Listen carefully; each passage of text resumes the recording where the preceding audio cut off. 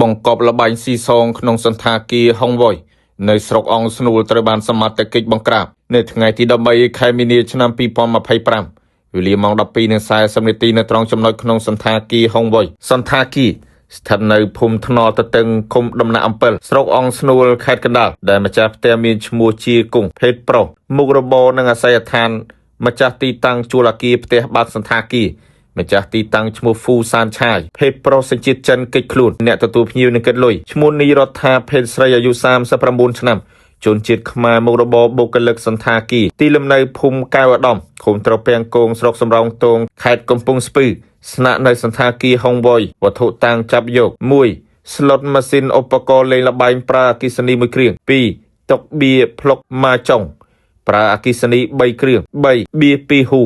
នៅមុនពេលកើតហេតុកម្លាំងគណៈបញ្ជាការឯកភាពរដ្ឋបាលស្រុកអង្គស្នូលបានទទួលព័ត៌មានពីមហាជនថាមានការលេងល្បែងស៊ីសងខុសច្បាប់នៅក្នុងសន្តាគារហុងវ៉ុយដោយមានបទបញ្ជាពីលោកឧត្តមសេនីយ៍ទូស្នងការនគរបាលខេត្តកណ្ដាលនិងមានការសម្របសម្រួលពីឯកឧត្តមព្រះរាជអាជ្ញាអមសាលាដំបងខេត្តកណ្ដាលផងនោះ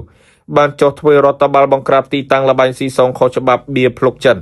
ខាត់ខ្លួនជនសង្ស័យជាអ្នកគ្រប់គ្រងសន្តាគារម្នាក់សួរនាំបន្តនីតិវិធីនៅចំពោះមុខសមត្ថកិច្ចឈ្មោះនីរដ្ឋាបានសារភាពថា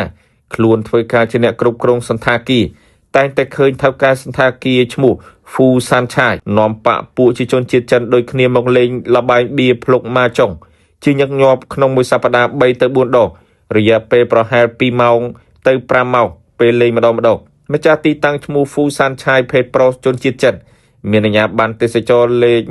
1303លោអរបស់រដ្ឋបាលខេត្តកណ្ដាលចុះថ្ងៃទី27ខែកញ្ញាឆ្នាំ2023ក្នុងនោះពិនិត្យឃើញបន្ទប់គ្មានលេខជាន់ផ្ទាល់ដីបន្ទប់ហូបបាយមានស្លុតម៉ាស៊ីនឧបករណ៍លេងល្បែងប្រើអគ្គិសនី1គ្រឿងទុកចោលបន្ទប់គ្មានលេខជាន់ផ្ទាល់ដីមានតុបៀភ្លុកម៉ាចុងប្រើអគ្គិសនី1គ្រឿងបន្ទប់គ្មានលេខជាន់ផ្ទាល់ដីមានតុបៀភ្លុកម៉ាចុងអគ្គិសនី1គ្រឿងនិងបៀ1ហ៊ូចំពោះសម្ភារៈវត្ថុតាំងខាងលើត្រូវបានធ្វើកំណត់ហេតុចាប់យកមករក្សាទុកនៅសាលាស្រុកអង្គស្នូលនិងបានធ្វើកំណត់ហេតុបិទទីតាំងជាបណ្ដោះអាសន្នដើម្បីបន្តនីតិវិធីចំពោះឈ្មោះនីរដ្ឋាដែលជាបុគ្គលិករីស៊ីបក្នុងសន្តាគារត្រូវបានហៅមកសួរនាំបន្តនៅអធិការដ្ឋាននគរបាលស្រុកអង្គស្នូល